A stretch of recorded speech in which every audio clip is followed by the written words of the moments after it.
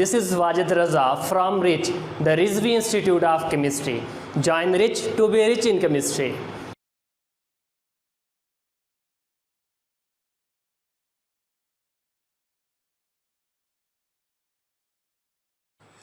Hi everyone. Today we are going to discuss about the one of the important description of the element, and that is the periodic classification of the elements. So we are going to discuss about the periodic properties, and among those which are the properties based upon which the periodic tables are formed. So first of all we should know that what is the periodic table. What is the periodic table? Periodic table क्या है? तो नाम से ही जाहिर है ये एक तरह की टेबल होगी। किस लिए टेबल होगी? ये वो टेबल होगी जिसमें एलिमेंट्स को प्लेस किया गया है। अब इन एलिमेंट्स को किस तरह प्लेस किया गया है, किस बेस पे प्लेस किया गया है, वो जो प्रॉपर्टीज़ होती हैं उनको पीरियोडिक प्रॉपर्टीज़ कहा जाता है।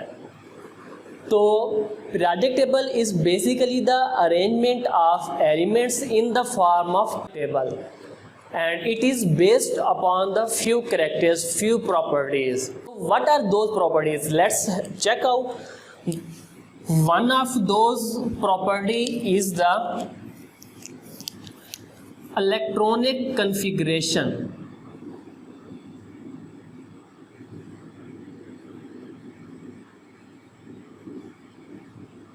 It means the elements are placed in the periodic table, are arranged in the periodic table based upon one of the properties is electronic configuration. जिस बेस पे एलिमेंट्स को अरेंज किया जाता है उनमें से एक प्रॉपर्टी जो है वो इलेक्ट्रॉनिक कन्फिग्रेशन है। दूसरी प्रॉपर्टी जिस बेस पे एलिमेंट्स को अरेंज किया जाता है दैट इज एटॉमिक नंबर। सो एक प्रॉपर्टी जिस बेस पे एलिमेंट्स को अरेंज किया जाता है वो है इलेक्ट्रॉनिक कन्फिग्रेशन, और दूसरी प्रॉपर्टी जिस बेस पे एलिमेंट्स को अरेंज किया जाता है वो है एटॉमिक नंबर। इसी तरह एलिमेंट्स को अरेंज किया जा सकता है उनकी फिजिकल अपीयरेंस के लिहाज से, मतलब गैस फेज में है, लिक्विड फेज में है, सॉलिड फेज में है, लाइट वेट है या हैवी वेट है, ये इनकी फिजिकल प्रॉपर्टीज़ हैं। इन फिजिकल प्रॉपर्टीज़ की बेस पे भी एलिमेंट्स को अरेंज किया जा सकता है। इसी तरह केमिकल प्रॉपर्टीज़ की बेस पे भी कि वो कौन से सब्सटेंस के साथ किस तरह रिएक्ट करते हैं, उनकी नेचर ऑफ रिएक्शन के हवाले से, उनके स्पीड ऑफ रिएक्शन के हवाले से भी एलिमेंट्स को अरेंज किया जा सकता है। So these are the few properties upon which the elements are arranged in the periodic table. So basically periodic table हमें एक बेसिक फ्रेमवर्क प्रोवाइड करता है to study the physical and chemical properties of the elements. Periodic table के अंदर जो elements को arrange किया गया है उसका मकसद क्या है? उसका मकसद ये है कि हमने एलिमेंट्स की प्रॉपर्टीज़ को डिस्कस करना है, उनको स्टडी करना है कि उनकी फिजिकल प्रॉपर्टीज़, उनकी केमिकल प्रॉपर्टीज़ और उनकी केमिकल प्रॉपर्टीज़ के अंदर रेपिटेशन कैसे आती है, कितने इंटरवल के बाद, कौन से इंटरवल के बाद किस तरह वो प्रॉपर्टीज़ रिपीट होती हैं। ये सारी बातें हम पीरियोडिक टेबल की बेस पे डिस्कस करते हैं और स्टडी करते हैं। अब हम देखते हैं कि पीरियोडिक टेबल की फॉर्मेशन में कौन कौन से लोगों की कंट्रीब्यूशन है, कब से कंट्रीब्यूशन चल रही है। It means we are going to look backward in the historical background of periodic table, the history of periodic table. Basically, the Muslim scientists made a major contribution in the formation and in the classification of elements. Elements को classify करने में, उनकी distribution में, उनको arrange करने में मुस्लिम scientist का एक मेजर रोल है। तो मुस्लिम साइंटिस्ट और ओवरऑल जनरली साइंटिस्ट में से जो पहला नाम आता है वो अल-राज़ी का आता है। That is a Muslim scientist Mohammad bin Zakariya Al-Razi. तो वो 854 से 925 AD के रीजन में था, उस ये इसकी एज इरा है। तो इस ड्यूरेशन में उसने एलिमेंट्स को अरेंज किया। किस बेस पे अरेंज किया? So he arrange the elements on the basis of origin, physical and chemical properties के ओरिजिन एलिमेंट्स कहाँ से रिसीव हो रहे हैं, कहाँ से एक्वायर हो रहे हैं, उनकी फिजिकल प्रॉपर्टीज़ के, उनकी कलर कैसा है, उनका मैस, उनकी डेंसिटी, उनकी फिजिकल अपीयरेंस के सॉलिड फेज में है, लिक्विड फेज में है या गैस फेज में है। इस तरह उनकी केमिकल प्रॉपर्टीज कि वो वाटर के साथ रिएक्शन करता है या नहीं, गैस के साथ रिएक्शन करता है या नहीं, अगर ओपन एयर में पड़ा रहे तो उसकी क्या नेचर में चेंज आती है या नहीं। तो इस तरह की जो केमिकल प्रॉपर्टीज थी, इस बेस पे उसने एलिमेंट्स को अरेंज किया। So Muhammad bin Zakaria al-Razi arranged the elements based upon the factor of origin, physical properties and chemical properties. इन तीन बेसिस पे उसने एलिमेंट्स को अरेंज किया था। तो उसके बाद वक्त गुजरता रहा तो और भी लोगों ने इसके वजह से कंट्रीब्यूशन की। तो उसके बाद फिर वेस्टर्न कंट्रीज़ के साइंटिस्ट का मेजर रोल शुमार किया जाता है। तो नेक्स्ट भी मूव हम करते हैं लिवाइजर, एंटोनी लिवाइजर में 18वीं सदी ईस्वी में उसने एलिमेंट्स को अरेंज किया। He arrange the 33 elements and he arrange the elements in 4 groups. And what were those groups based upon? Those groups were based upon the appearance like gas. उसने गैसेस को अलग से एक ग्रुप में place किया, like oxygen, nitrogen, hydrogen. He placed the elements which were existent in the gaseous form in a separate group. Secondly, he made the second group of metals like copper, zinc, iron, gold, silver. He placed the metals in a separate group. Third group was those elements which were forming the acidic oxides. यानी कि उसने तीसरा group ऐसा बनाया जिसमें उसने उन elements को रखा जो कि एसिडिक ऑक्साइड्स बनाते थे। What are acidic oxides? Acidic oxides are those substances which create acids, which generate acids while reacting with the water. For example, carbon dioxide. Carbon dioxide gas जब वाटर के साथ reaction करती है तो carbonic acid बनता है। Sulphur dioxide, sulphur ट्राइऑक्साइड्स जब ये वाटर के साथ रिएक्शन करते हैं तो सल्फ्यूरस एसिड, सल्फ्यूरिक एसिड बनते हैं। तो इसमें उसने इस ग्रुप में उन एलिमेंट्स को रखा जो एसिडिक ऑक्साइड बना रहे थे, लाइक सल्फर। सल्फर जो है वो ऑक्सीजन के साथ मिलकर सल्फर डाइऑक्साइड, सल्फर ट्राइऑक्साइड बनाती है। वो वाटर के साथ रिएक्शन करके एसिड्स बनाते हैं। इस वजह से सल्फर डाइऑक्साइड और सल्फर ट्राइऑक्साइड को एसिडिक ऑक्साइड्स कहा जाता है। और उन एसिडिक ऑक्साइड फॉर्मेशन की वजह से लिवाइजर ने सल्फर को इस ग्रुप में रखा। इसी तरह ऑक्सीजन जो है, ऑक्सीजन सल्फर के साथ, नाइट्रोजन के साथ, कार्बन के साथ रिएक्शन करके एसिडिक ऑक्साइड्स बनाती है। इस वजह से एंटोनी लिवाइजर ने ऑक्सीजन को गैसेस फेज में रखने के साथ साथ एसिडिक ऑक्साइड्स वाले फेज में भी प्लेस किया। चौथा जो ग्रुप उसने बनाया, those were the earthly salt forming element, earth salts. And what are the earth salts? These are the salts which are consisting or forming the earth crust. यानी कि ये वो साल्ट्स हैं, ये वो कंपाउंड्स हैं जो अर्थ क्रस्ट बना रहे हैं।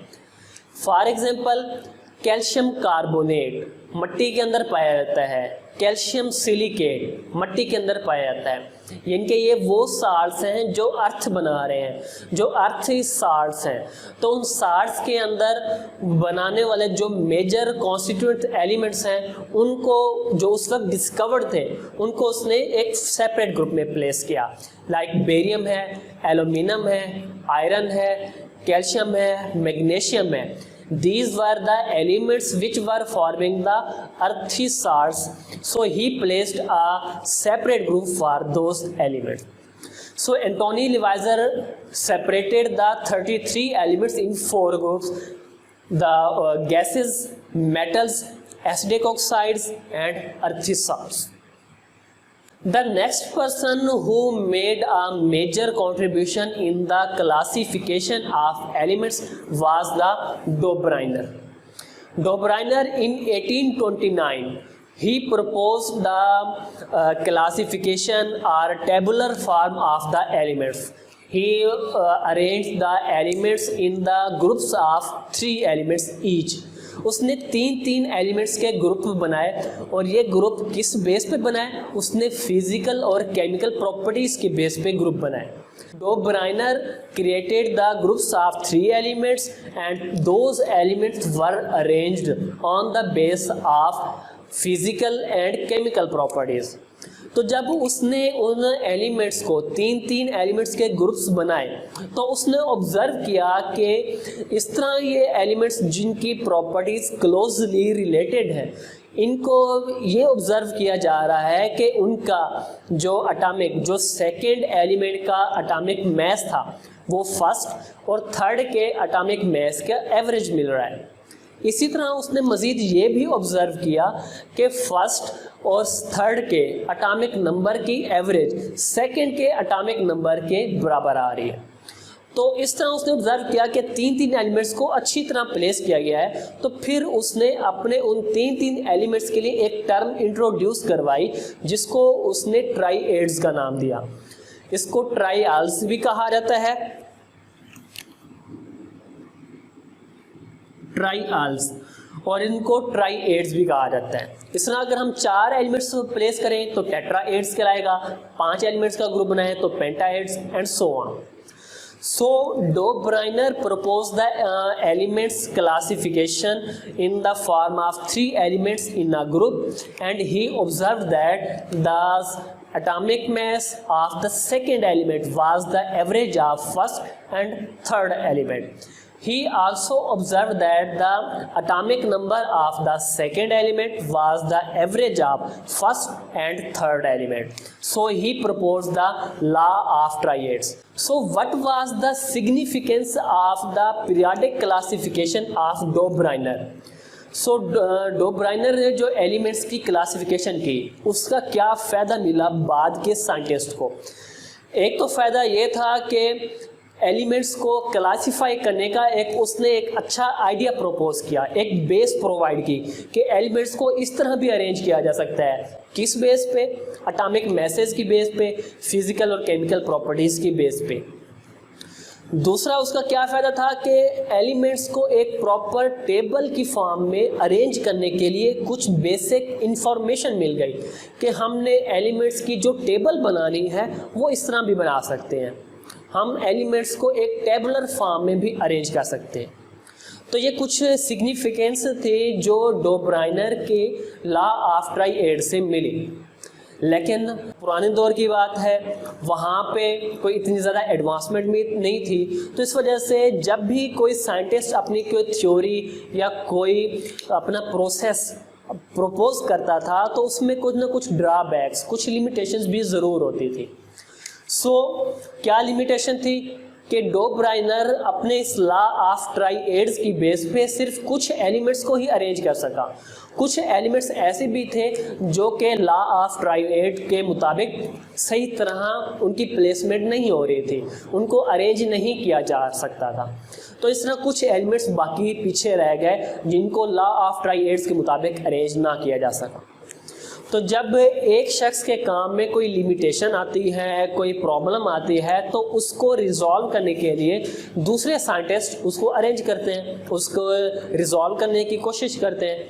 तो उसके बाद फिर दूसरे साइंटिस्ट ने भी इसके वजह से काम किया. तो लियोपोल्ड जिमेलेन नाम का साइंटिस्ट था, उसने 1843 में इसी डोबराइनर के ही काम को एक्सटेंड किया. कैसे एक्सटेंड किया? डोबराइनर के कंसेप्ट को यूज़ करते हुए उसने ट्राइएड्स बनाए. कितने ट्राइएड्स बनाए? उसने 10 ट्राइएड्स बनाए, यानी कि उसने 10 ग्रुप्स ऐसे बनाए जिसमें 3 एलिमेंट्स को अरेंज किया और वो तीनों एलिमेंट्स की फिजिकल और केमिकल प्रॉपर्टीज़ एक दूसरे के साथ रिजेंबल करती थी, एक दूसरे के साथ सिमिलर थी. उसने टेट्राएड्स बनाए, 4 एलिमेंट्स के ग्रुप बनाए और वो चारों एलिमेंट्स एक दूसरे से क्लोजली रिलेटेड थे. उसने पेंटाएड बनाया, एक ग्रुप ऐसा बनाया जिसमें उसने 5 एलिमेंट्स को प्लेस किया और वो पांचों एलिमेंट्स एक दूसरे के साथ फिजिकली और केमिकली रिजेंबल करते थे, एक दूसरे के साथ मिलते थे. So next we move ahead the August Kekule. The August Kekule he also made a contribution in the periodic classification of the elements. So उसने ऑब्जर्व किया कि कार्बन 4 बॉन्ड बनाता है। मीथेन की उसने एग्जाम्पल ली और मीथेन में उसने ऑब्जर्व किया कि कार्बन अपने साथ 4 एटम से अटैच है। इस तरह उसने कुछ दूसरे भी सिंपल कंपाउंड्स लिए, उसमें भी उसने ये ऑब्जर्व किया कि कार्बन जो है वो 4 बॉन्ड बना रहा है। तो उसने ऑब्जर्व किया कि और ये बात बताई, सबको कन्फर्मली बताई कि कार्बन हमेशा 4 बॉन्ड ही बनाएगा। तो फिर उसने कहा कि क्यों ना हम एलिमेंट्स को इस बेस पे अरेंज करें कि नंबर ऑफ बॉन्ड्स जो उनके सिमिलर होंगे हम उनको एक ग्रुप में प्लेस करेंगे। मतलब ये कि उसने एलिमेंट्स को अरेंज किया किस बेस पे, नंबर ऑफ बॉन्ड्स के बेस पे। अब जो कार्बन के जैसे 4 बॉन्ड बना रहे थे वो एक ग्रुप में आ गए, जो 3 बॉन्ड बना रहे थे वो एक ही ग्रुप में आ गए, जो 1 बॉन्ड बना रहा था वो एक ग्रुप में आ गए। तो इस तरह अगस्ट कैक्यूल ने एलिमेंट्स को उनके नंबर ऑफ बॉन्ड्स की बेस पे अरेंज किया, उनकी क्लासिफिकेशन की। तो इसी नंबर ऑफ बॉन्ड्स बनाने की बेस पे बाद में वैलेंसी की टर्म इंट्रोड्यूस करवाई गई। वैलेंसी भी तो हमें यही बताती है कि कौन सा एटम, कौन सा एलिमेंट कितने बॉन्ड्स बनाएगा। तो इसे अगस्ट कैक्यूल की क्लासिफिकेशन की बेस पे वैलेंसी की टर्म इंट्रोड्यूस भी करवाई गई। नेक्स्ट हम मूव करते हैं तो डीकैनकोर्टाइज, ये वो शख्स है जिसने अगस्ट कैक्यूल के बाद इसके अगले कंट्रीब्यूशन आती है एलिमेंट्स को अरेंज करने की फॉर्म में। तो 1862 में इसने एलिमेंट्स को अरेंज करने का एक नया फार्मूला बताया, एक नया तरीका बताया। कौन सा तरीका? कि उसने एलिमेंट्स को एक स्पाइरल की फॉर्म में इंट्रोड्यूस करवाया, अरेंज कराया। उसने एलिमेंट्स को अरेंज करने का एक पेज के ऊपर स्पाइरल की फॉर्म में बताया और उसने ये बताया कि एक इंटरवल के बाद जो एक एलिमेंट जिसके सामने दूसरा एलिमेंट आता है उन दोनों की प्रॉपर्टीज एक दूसरे के साथ मैच करती हैं। So de Chancourtois arrange the elements in the form of screw, और वो स्क्रू या वो एलिमेंट्स की अरेंजमेंट किस बेस पे थी? वो थी increasing order of atomic mass, increasing order of atomic weight. तो एलिमेंट्स को increasing order of atomic mass की बेस पे अरेंज किया और उसको अरेंज किया किस फॉर्म में? स्क्रू की फॉर्म में। बिल्कुल ऐसे जिस तरह स्प्रिंग होता है, बॉल पॉइंट्स के अंदर स्प्रिंग होता है, स्क्रू की फॉर्म में। तो उसने भी एलिमेंट्स को ऐसे अरेंज किया। अब उसने अपनी क्लासिफिकेशन को कंप्लीट करने के लिए कुछ कंपाउंड्स को, कुछ सब्सटेंसेस को भी ऐड किया। उसने कुछ आयंस भी ऐड किए, कुछ कंपाउंड्स भी ऐड किए अपनी उस क्लासिफिकेशन को मज़ीद बेहतर बनाने के लिए। उसके बाद लोथर मेयर आ जाता है जिसने 1864 में एलिमेंट्स को अरेंज किया वैलेंसी की बेस पे। इसने अगस्ट कैक्यूल ने भी ऐसा ही कंसेप्ट दिया था कि नंबर ऑफ बॉन्ड्स की बेस पे। बाद में वैलेंसी की बात आ गई, वैलेंसी का कंसेप्ट आ गया। तो फिर लोथर मेयर ने वैलेंसी की टर्म का सहारा लेते हुए एलिमेंट्स को अरेंज किया। So Lothar Meyer arranged the elements on the base of valency, that an element is bonded to what number of other groups। अब जब उसने वैलेंसी की बेस पे एलिमेंट्स को अरेंज किया तो उसने एलिमेंट्स के जो टेबल बनाई तो उसमें कुछ स्पेसेस बच रही थी।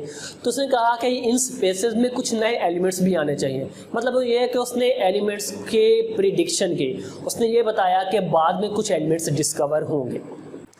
विलियम ऑर्डरिंग, इसने भी 1864 में ही एलिमेंट्स के क्लासिफिकेशन इंट्रोड्यूस करवाई अपने लिहाज से। तो उसने भी एलिमेंट्स को अरेंज किया based upon the atomic mass, increasing order of atomic mass.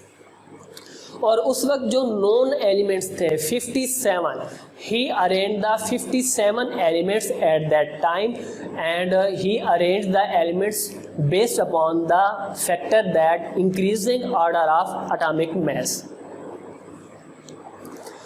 तो अब उसने ये देखा कि जब एलिमेंट्स को increasing order of atomic mass की बेस पे अरेंज करते हैं तो ऐसा ऑब्जर्व होता है कि एक वक्फे के बाद एलिमेंट्स की प्रॉपर्टीज रिपीट होती हैं।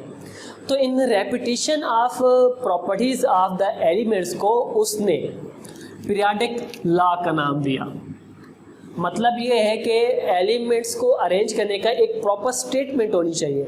तो उसने एक प्रॉपर स्टेटमेंट इंट्रोड्यूस कराई कि अगर एलिमेंट्स को अरेंज करें तो एलिमेंट्स के अरेंजमेंट में एक इंटरवल के बाद एलिमेंट्स की प्रॉपर्टीज रिपीट होती हैं।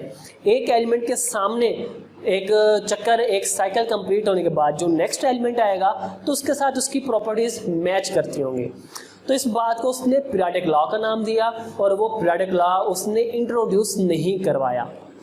मतलब ऐसा होता है ना कि लोग जब कोई नई बात क्वाइन करते हैं तो वो अपने फेम के लिए या दूसरों के सिग्निफिकेंस के लिए, बेनिफिट्स के लिए इंट्रोड्यूस करवाते हैं। लेकिन विलियम ऑडलिंग ने पीरियोडिक लॉ तो प्रपोज किया लेकिन उसको परस्यू ना किया, उसको पब्लिश ना करवाया, लोगों के ज़्यादा लोगों के सामने उसको ना ला सका।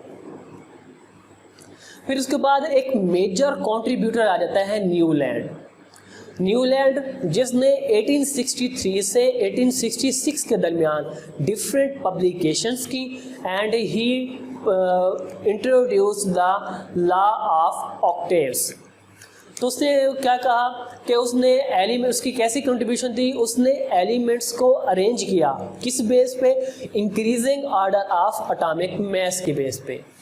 So Newland arranged the elements on the basis of increasing order of atomic mass और atomic weight। उसने 7 एलिमेंट्स के पीरियड्स बनाए। उसने ये ऑब्जर्व किया कि पहला एलिमेंट जो है वो 8वें एलिमेंट के साथ फिजिकली और केमिकली प्रॉपर्टीज की रिजेम्बलेंस रखता है। Newland he published a series of paper his research products in the era of 1863 to 1866। इन 4 सालों में उसने बहुत सारा रिसर्च वर्क किया एलिमेंट्स के हवाले से और बायोलॉजिकल एप्लीकेशंस के हवाले से, केमिस्ट्री के बाकी फील्ड्स के हवाले से। तो उसने एलिमेंट्स को अरेंज करने के लिहाज से इन 4 सालों में भी काफ़ी काम किया। उसने ये कहा कि जब एलिमेंट्स को increasing order of atomic mass की बेस पे अरेंज किया जाता है तो क्या ऑब्जर्व किया जाता है कि उन एलिमेंट्स की प्रॉपर्टीज़ रिपीट होती है एक रेगुलर इंटरवल के बाद। उसने 7 एलिमेंट्स के पीरियड्स बनाए और ये ऑब्जर्व किया कि जब पहला एलिमेंट 7 एलिमेंट्स का जब पीरियड कंप्लीट हो जाता है तो 8वें एलिमेंट के साथ फर्स्ट एलिमेंट की प्रॉपर्टीज़ की रिजेम्बलेंस होती है, सिमिलैरिटी होती है। तो उसने ये ऑब्जर्व किया तो उसके माइंड में फिर वो क्वाइन आ गया कि म्यूज़िक के भी इसी तरह ऑक्टेव्स होते हैं। कैसे ऑक्टेव्स होते हैं? 7 सुर होते हैं, 7 म्यूज़िक लेयर्स होते हैं और उसके बाद 8वां जो होता है वो बिल्कुल पहले वाली आ जाती है। तो उन म्यूज़िक के ऑक्टेव्स की तरह उसके माइंड में कंसेप्ट आया और उसने अपने उन 7 एलिमेंट्स या फर्स्ट और 8th एलिमेंट की रिजेम्बलेंस की बेस पे अपने उस कंसेप्ट को लॉ ऑफ ऑक्टेव्स का नाम दिया। तो उसने लॉ ऑफ ऑक्टेव्स प्रपोज किया और उसने अपनी इस पब्लिशिंग के लिए, अपने इस अरेंजमेंट के लिए उस वक्त जो केमिकल सोसाइटी थी जो दुनिया भर के लोग केमिस्ट के काम को पब्लिश करती थी, उस केमिकल सोसाइटी ने न्यूलैंड के काम को एक्सेप्ट करने से इनकार कर दिया। मतलब उनके मुताबिक न्यूलैंड की ये जो अरेंजमेंट थी, जो क्लासिफिकेशन थी, ये अच्छी नहीं थी। तो उसने फिर इसको बॉदर ना किया, उसने सब्र किया। फिर बाद में उसने अपने ही पीरियोडिक टेबल के मुताबिक कुछ न्यू एलिमेंट्स की डिस्कवरी के बारे में भी कुछ प्रेडिक्शन भी की। तो उसने कुछ न्यू एलिमेंट्स की डिस्कवरी के लिए भी प्रेडिक्शन की, लाइक जर्मेनियम। उसने अपनी पीरियोडिक टेबल में स्पेस छोड़ी और स्पेस के मुताबिक उसने कहा कि यहाँ पे वो एलिमेंट आएंगे जो अभी तक डिस्कवर नहीं हुए। तो बाद में कुछ और एलिमेंट्स डिस्कवर हुए जो उसकी पीरियोडिक क्लासिफिकेशन के मुताबिक सही थे और उनमें से एक एग्जांपल जो है वो जर्मेनियम की भी है। अब ज़ाहिर बात है पुराने वक्त में उसने अपनी पीरियोडिक क्लासिफिकेशन प्रपोज की तो उसमें कुछ लिमिटेशन, कुछ ड्रॉबैक्स भी थे। लिमिटेशन क्या थी कि उसने जो पीरियोडिक क्लासिफिकेशन बनाई वो सिर्फ कुछ एलिमेंट्स तक की ही प्रपोज थी। उसने जो अरेंजमेंट की एलिमेंट्स की कि पहले की प्रॉपर्टी 8वें के साथ मिलती है, सेकंड की प्रॉपर्टी 9th के साथ, थर्ड की प्रॉपर्टी 10th के साथ मैच करती है। तो उसने ये जो क्लासिफिकेशन बनाई तो उसमें कुछ एलिमेंट्स को अरेंज कर सका, कुछ एलिमेंट्स बाकी रह गए जो उसकी प्रोडक्ट क्लासिफिकेशन में फिट नहीं हो रहे थे। सेकेंड ड्रॉबैक, उसका जो एक ओवर कॉन्फिडेंस था, जो उसके मतलब एक लिमिटेशन थी उसके अपने ही लॉ ऑफ ऑक्टेव्स की। उसने ये कहा कि अब तक जो 62 एलिमेंट्स डिस्कवर हो चुके हैं तो पूरी दुनिया के अंदर, नेचर के अंदर जस्ट वही 62 एलिमेंट्स हैं, इससे ज़्यादा एलिमेंट्स नहीं है। उसने ये कहा कि जितने भी एलिमेंट्स थे वो सारे डिस्कवर हो चुके हैं, अब कोई भी एलिमेंट नेचर के अंदर बाकी नहीं रहा, जो कि उसका कंसेप्ट गलत था। और अब हमें पता है कि 126 एलिमेंट डिस्कवर हो चुके हैं, 118 को पीरियोडिक टेबल के अंदर प्लेस किया जा चुका है, बाकी 8 की स्टडी जो है उनकी प्रॉपर्टीज़ की वो जारी है। तो एक उसका जो ओवर कॉन्फिडेंस है, एक ड्रॉबैक था कि he believe that there are only 62 elements in the nature which are discovered till now. Next उसकी जो लिमिटेशन है कि he has left no space और no prediction for the noble gases. जब नोबल गैसेस डिस्कवर हुई तो law of octaves के मुताबिक उस नोबल गैसेस की, उनकी पीरियोडिक टेबल के अंदर कोई जगह नहीं बनती थी, कोई अरेंजमेंट नहीं बनती थी। तो ये भी उसकी लिमिटेशन या ड्रॉबैक था। कुछ एलिमेंट्स ऐसे भी थे जिनको सही जगह पे प्लेस नहीं किया जाएगा, मतलब उनकी प्रॉपर्टीज मैच ही नहीं करती थी। like the elements which are in the having the similar properties, which are resembling with each other, are placed in the one column in one group. But there were some elements which were placed in the same group, but those were totally different from each other. For example, iron and oxygen. Iron is a metal and solid, while oxygen is non-metal and gas. Those both of elements are quite different from each other, but those were placed in the same group. So that was also a limitation or drawback of the Newland periodic table. So these were some limitations or the drawbacks of the Newland's periodic table. So next we move towards the Luther-Meyer atomic volume curve. Luther-Meyer also arranged the elements on the base of valency, and he also proposed later a graph, and that graph was plotted between the atomic volume, or simply the volume of the element, and the atomic mass of the element. So he plotted a graph between the volume, which is the product of mass and density, and mass. So x axis पे उसने mass को place किया, y axis पे उसने volume को place किया, और इस लिहाज से उसने elements को arrange किया एक curve की form में, एक graph की शक्ल में. तो there are more than 700 periodic tables proposed till now. तो उनमें से कुछ का जिक्र यहाँ पे है, कुछ का जिक्र हम बाद में भी करेंगे. तो डिफरेंट टाइप्स की पीरियोडिक क्लासिफिकेशन प्रपोज की गई है अब तक, and those are total 700 periodic tables proposed till now. तो उनमें से कुछ का डिस्कशन, कुछ की डिस्क्रिप्शन आज हमने पढ़ी, कुछ की डिस्क्रिप्शन जो है वो हम इंशाल्लाह नेक्स्ट लेक्चर में पढ़ेंगे. आज के इस लेक्चर में हमने periodic table of periodic classification of the elements and their periodicity के लिहाज से इंट्रोडक्शन के what is the periodic table, उनका हिस्टोरिकल बैकग्राउंड के लिहाज से कुछ डिस्कस किया. We will discuss about the other periodic classification of elements in the next lecture. So don't forget to subscribe the channel and press the bell icon for the further updates. Stay tuned. Allah Hafiz.